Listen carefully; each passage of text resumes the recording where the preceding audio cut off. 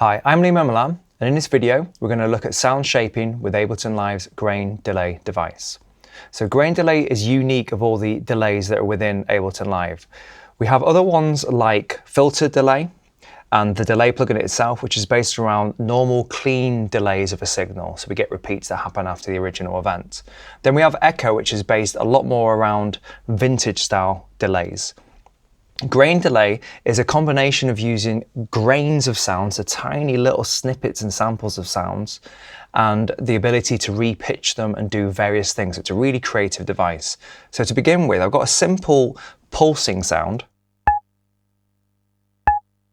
and I'm going to grab a grain delay and just load that onto there. And let's just audition from the initialized preset through to the different presets to give you a sense of what it's capable of.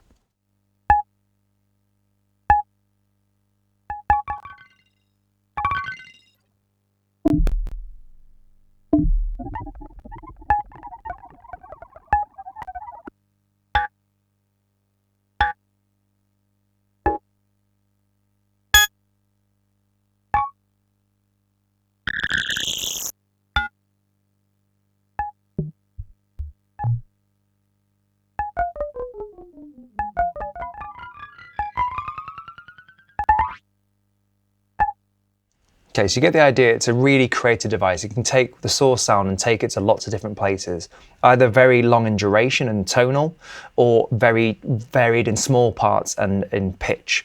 So let's load in the initial part, or the initial preset, should I say, for grain delay first. Let's have a look at the controls. So the first decision we have to make is whether we're listening to just grain delay or the dry signal. So we've got a dry-wet balance that's here. The next decision we have is whether we're dealing with musical delay measures, we're using the actual divide buttons here, or whether we're switching out of synchronized mode and using milliseconds. And there's a reason for choosing one over the other. Let's stay with sync for now, and I'll explain as we go along. We have a spray control, which basically creates either small or longer term clusters of sound around the original sound. So let's try and put that into practice. So I'm going to use my dry-wet balance.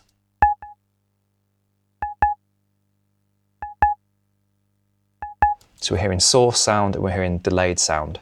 If I increase the spray, you'll hear that there's now decorative tiny granules of sound that surround the original delayed signal.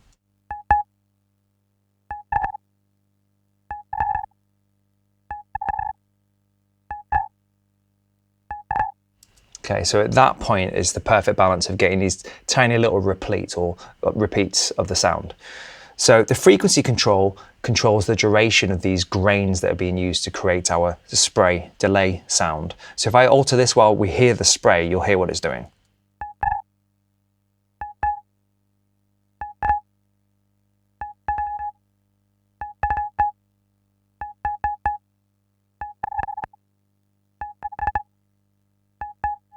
So we're going from some shorter little granules there to longer elongated granules as well. So in context, spray's really useful for creating nice little clusters of sound that are either happening as a call and answer situation, so the source sound and then the delayed modified version of a sound. So they're useful for creating something to happen within the space of an original sound, like I've done in this context. The other thing spray is useful for, if we switch out of sync, and we actually just go for a very small millisecond time. So the spray effect is pretty much just 1 millisecond behind the source sound. We can use it to decorate the source sound, so it's now surrounded in these little grains.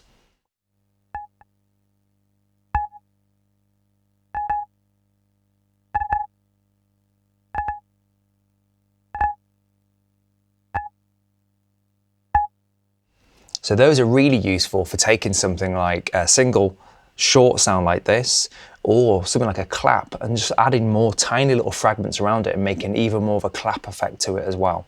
So it's something that is often used for in that respect. The other thing it can be used for is like a transposition delay.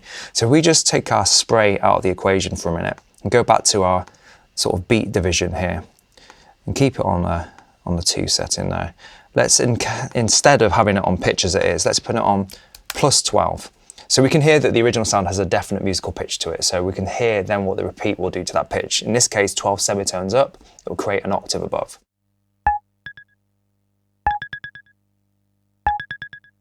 We can go from -12 and go for an octave below.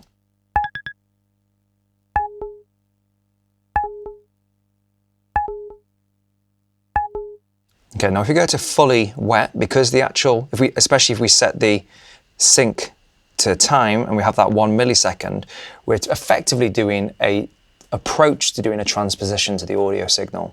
So it's only 1 millisecond behind this wet signal, and we're only listening to the wet signal. So now we'll hear that source sound, but it's been completely modified in pitch by grain delay.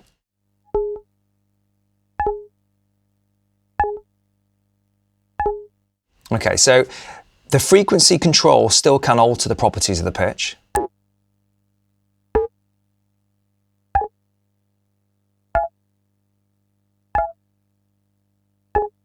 And you'll find there's a sweet spot that helps the actual intended, in this case, octave below come through, and then it can go to slightly more warped, slower versions of the delay, and then really fast clustered versions which have a metallic resonance to them, which is what some of these presets we're using to create a very resonant sound. So the next thing we can look at is a randomization of that pitch value. And we can get some, again, these call and answer behaviors. So if we go back to our sync mode here, and we have it roughly in the middle, so we hear source sound and then the grain delay modified version. We can increase the randomized pitch. We'll start modifying the pitch when it plays back. Now the feedback control can allow the delay to be on for longer and do more of that randomized pitch. And this is where we really get into some interesting results of source sound and then the grain delay's modified version of the sound as well.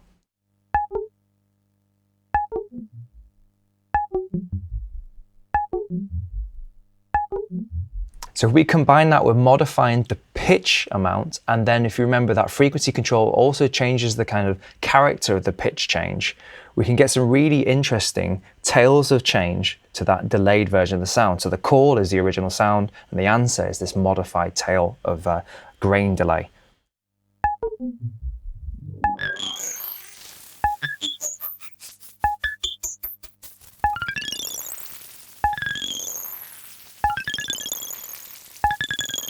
So that's quite an intricate sound. It's really interesting for the stereo playing as well. Your ears can really pick out those tiny little grains. But if you remember, spray also allows us to kind of shroud the original sound with some extra clusters of grain. So let's play with spray as well.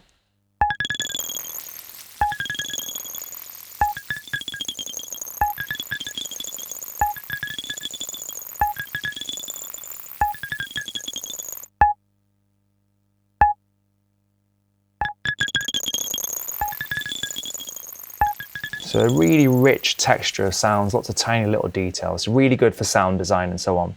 The final thing to talk about with grain delay is this XY controller here.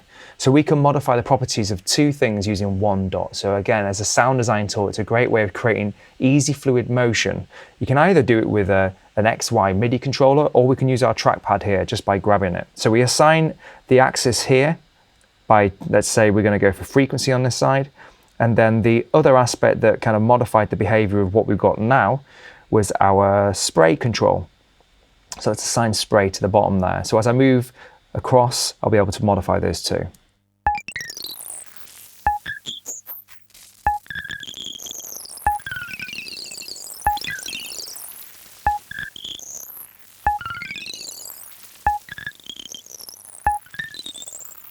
Okay, so let's just strip it back one more time. So we'll go to the dry signal, bring the feedback back, make the pitch not random, set this back to 0, and then decrease the spray amount as well. And then we've finally got this last little percentage amount, which is next to the sync control. And it allows us to basically create aspects of either swing, moving things slightly later than the time, or a sense of urgency by bringing it slightly forward of the delay time that you've chosen by the divisions here.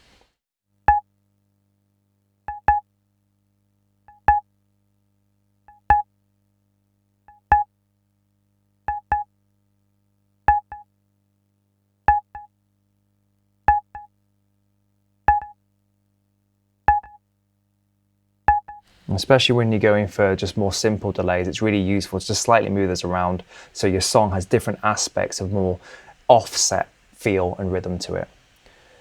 So what we've done so far is we had a look at grain delay and how it's capable of causing transposition to a sound, how we can use those grains to create little clusters of sound around an original sound using that spray control, And then also how we can use the feedback and the randomized pitch to be able to create these wonderful tails that move as they play through at the end of our sound as well.